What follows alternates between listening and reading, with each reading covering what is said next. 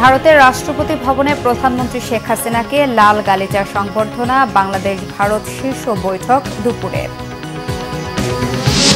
দ্বিতীয় দিনের মতো দেশে ফিরলেন হাজিরা। আজ আসবে 10টি ফ্লাইট। হজ ব্যবস্থাপনায় খুশি থাকলেও মক্কায় বাড়ি ভাড়া নিয়ে অসন্তোষ হাজিদের। দেখছিলেন বিআরবি কেবল সংবাদ শিরোনাম। এবারে বিস্তারিত।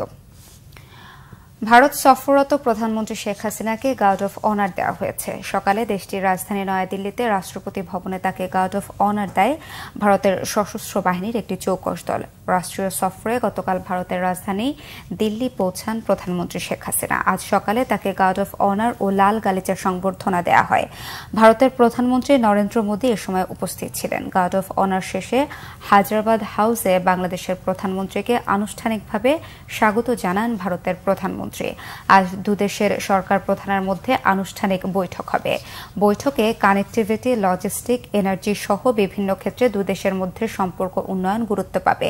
কয়েকটি চুক্তি ও সমঝোতা স্বাক্ষরের কথা রয়েছে। বহুল আলোচিত তিস্তার পানি বন্টন চুক্তি নিয়েও আলোচনা হতে পারে।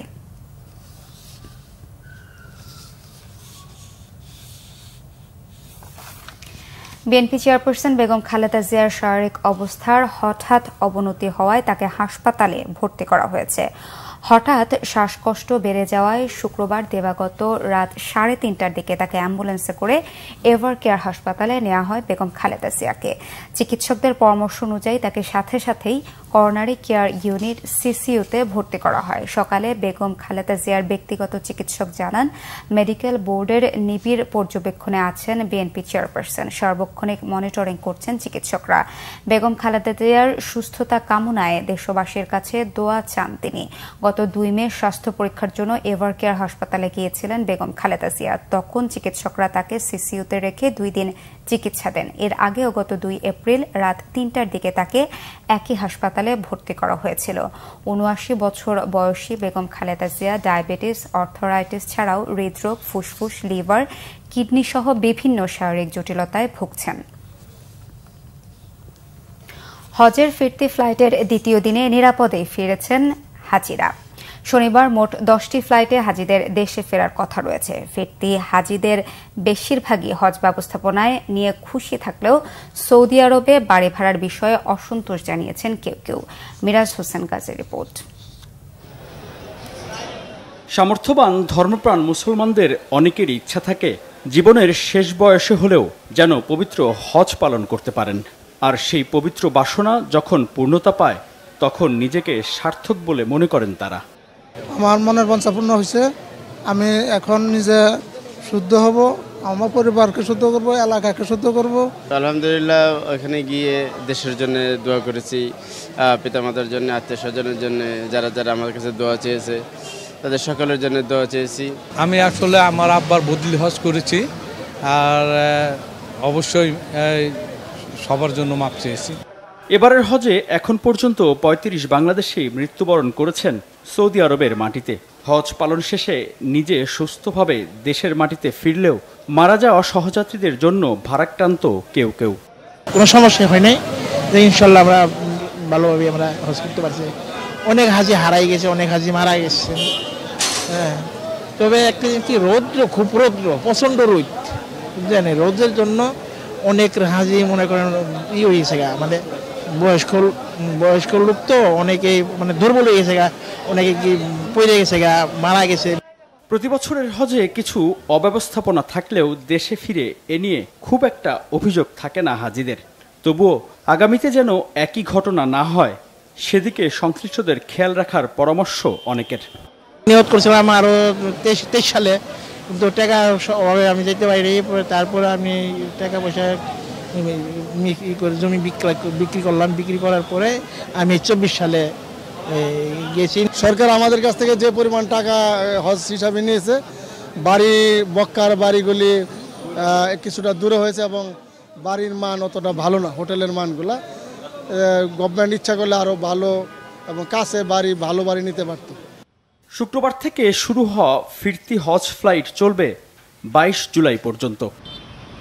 মিরাজ হোসেন গাজী, বাংলা ভিশন, ঢাকা। সেনাপ্রধান জেনারেল এস.এম. শফিউদ্দিন আহমেদ ঢাকা সেনানিবাসে কর্মরত সামরিক কর্মকর্তা, জেসিও ও অন্যান্য পদবীর সেনা সদস্যদের উদ্দেশ্যে বিদায়ী দরবার গ্রহণ এবং মতবিনিময় করেছেন। সকালে সেনাবাহিনী প্রধান তার বিদায়ী দরবারে প্রধানমন্ত্রীর প্রতি বিশেষ কৃতজ্ঞতা প্রকাশ করে বলেন, প্রধানমন্ত্রীর ঐকান্তিক প্রচেষ্টায় বাংলাদেশ সেনাবাহিনী আজ একটি আধুনিক এবং চৌকস বাহিনী হিসেবে বিশ্বের দরবারে মাথা উঁচু করে দাঁড়িয়েছে। সেনাপ্রধানের দায়িত্ব পালনের সময় সর্বাত্মক সহযোগিতা করার জন্য সংশ্লিষ্ট সকলের প্রতি আন্তরিক ধন্যবাদ ও কৃতজ্ঞতা ব্যক্ত করেন শফিউদ্দিন আহমেদ। দরবারে ঢাকা সেনানিবাসে কর্মরত জ্যেষ্ঠ সামরিক কর্মকর্তাগণ সহ অন্যান্য কর্মকর্তা সহ জেসিও ও অন্যান্য পদবীর সেনা সদস্যগণ উপস্থিত ছিলেন। চামড়ার দাম না পেয়ে হতাশ দিনাজপুরের মৌসুমী ব্যবসায়ীরা। তাদের অভিযোগ, সিন্ডিকেট করে কম দামে চামড়া কিনেছেন আড়তদাররা। অভিযোগ অস্বীকার করে আড়তদাররা বলছেন, চামড়ার মান ভালো হলে ভালো দাম দিয়ে কিনছেন তারা। দিনাজপুর থেকে সুব্রত মজুমদার ডলারের তথ্যচিত্রে ডেস্ক রিপোর্ট। দাম না পেয়ে চরম হতাশ দিনাজপুরের মৌসুমী চামড়া ব্যবসায়ীরা।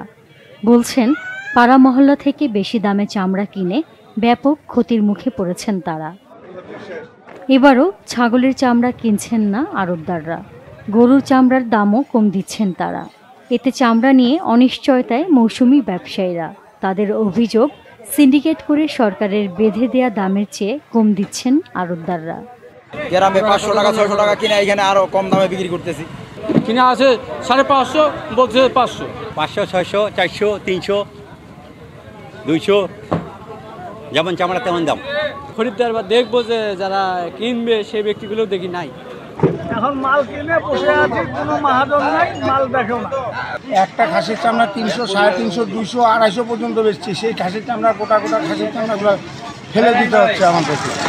মৌসুমী ব্যবসায়ীদের অভিযোগ মানতে চান না আড়তদাররা। তারা বলছেন, ভালো মানের চামড়া 800 থেকে 900 টাকায় কিনছেন তারা। কাটা যদি হয় সেই মালটা হচ্ছে কম দাম, 250-300 টাকা। আর যেটা ভালো মাল, আড়িয়ার মাল, সারের মাল, এগুলো বিক্রি হচ্ছে 700, 800, 900 এভাবে বিক্রি হচ্ছে। ছাগল কিনে তো মানুষ পাগল হয়ে যাচ্ছে, কারণ ছাগলের দাম তো ঢাকায় নাই। লবণ ও প্রক্রিয়াকরণ সহ খরচ বেড়ে যাওয়ায় চামড়ার দাম কমেছে বলে মনে করেন অনেক ব্যবসায়ী। Bangla vision news desk. এই ছিল এখনকার মতো। পরের সংবাদ দুপুর 2টায়। এর আগে 1টায় রয়েছে নিউজ টপ 10 দেখার আমন্ত্রণ রইল। এছাড়া বাংলা ভিশন সংবাদ ও সংবাদ সংশ্লিষ্ট অনুষ্ঠান দেখতে ভিজিট করুন www.bvnews24.com ও facebook.com/banglavisionnews এবং সাবস্ক্রাইব করুন youtube.com/banglavisionnews। এতক্ষণ সাথে থাকায় ধন্যবাদ সবাইকে।